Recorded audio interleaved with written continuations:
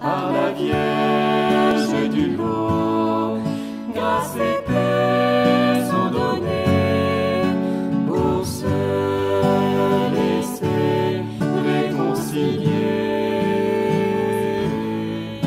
Par la Vierge du lot, grâce et paix sont données pour se laisser réconcilier. Bonjour chers amis, heureux de nous retrouver encore pour ce temps de catéchèse.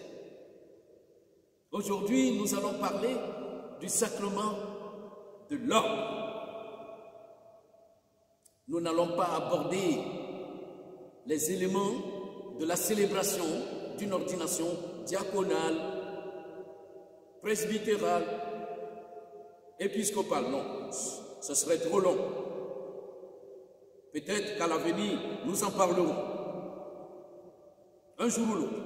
Mais aujourd'hui, je voudrais tout simplement dire les choses essentielles autour du sacrement de l'ordre. Il y a 3 niveaux. Le niveau des diacres. Diacre veut dire serviteur. Il a la même signification que ministre. Les ministres de notre gouvernement ou des gouvernements disséminés qui sont partout dans le monde, au vrai sens du terme, sont des serviteurs, des diacres. Il y a 2 types de diacres. Il y a des diacres transitoires. Ça transite. Ils vont vers le sacerdoce ministériel en vue de devenir prêtre, je vais dire.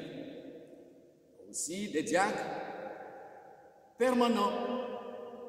Ils sont diacres pour toujours, c'est définitif. La plupart d'entre eux sont mariés. Deuxième niveau, celui des prêtres. Prêtre veut dire ancien, pour souligner la sagesse qu'ils ont reçue de Dieu pour pouvoir aider les autres. Dans leur manière de vivre, cette sagesse s'exprime.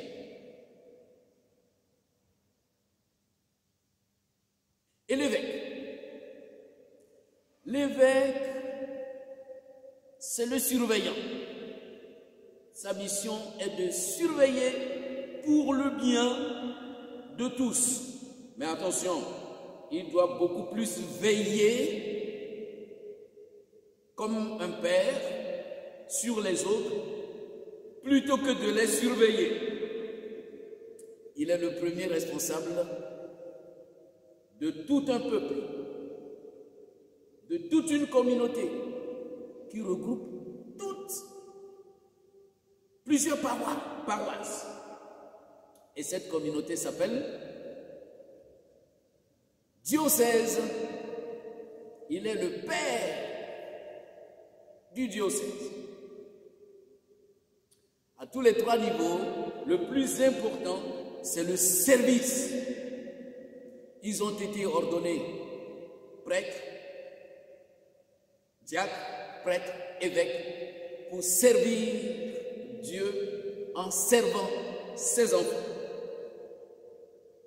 Vous pourrez peut-être vous poser la question, surtout en ce qui concerne les prêtres. Quelle est la durée de leur formation? Eh bien, cette durée varie selon les pays.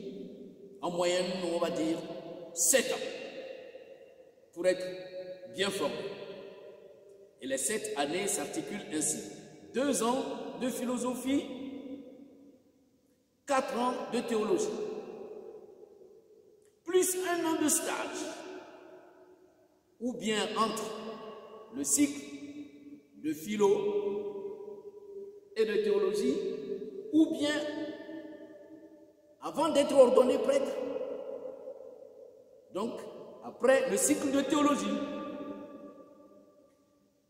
Dans certains pays, il faut ajouter une autre année qu'on appelle année de discernement de préparation spirituelle avant de recevoir la formation philosophique. C'est ce qu'on appelle, c'est un mot savant, propédeutique. Cette formation est très très importante, philosophique, théologique. Mais il y a aussi, à mon humble avis, une autre formation qui est essentielle. C'est la formation, l'éducation du cœur. L'éducation de l'amour à l'amour. Les deux formations doivent se compléter. Intellectuelle et la formation du cœur. Dans la vie, il n'y a pas que la formation intellectuelle. Il n'y a pas que les grosses têtes. Il faut avoir aussi un bon cœur. Le Christ a besoin, mes amis, d'hommes pas forcément intellectuels, au cœur dur, sec, mais surtout d'hommes intelligents, de l'intelligence de la foi, des hommes qui croient au Christ, sont profondément unis à lui et se laissent guider par lui et lui seul. L'homme intelligent, pour ma part, c'est celui qui reçoit tout.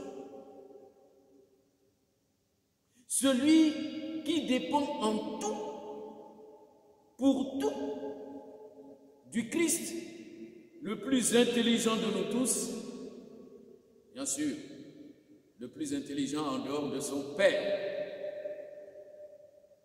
Aujourd'hui, le Christ a besoin d'hommes, de jeunes comme vous, comme moi déjà ordonné, pour l'aider à créer un monde nouveau, un monde beau. Et le monde ne peut être beau que s'il est éclairé par, s'il est fondé sur l'amour avec un grand A. Alors, cher jeune, toi qui m'écoutes, t'es-tu déjà posé la question de ton avenir, de ce que tu feras demain? As-tu déjà pensé qu'un jour tu pourrais devenir ou diacre ou prêtre? Pourquoi pas? On ne sait jamais. Eh bien, si tu te poses déjà ces questions, n'aie pas honte, n'aie pas peur non plus d'en parler à quelqu'un en qui tu as vraiment confiance et qui ne te trahira pas. Tu peux en parler à un prêtre, à un diacre, à ton tonton, à ta tata, à ton papi,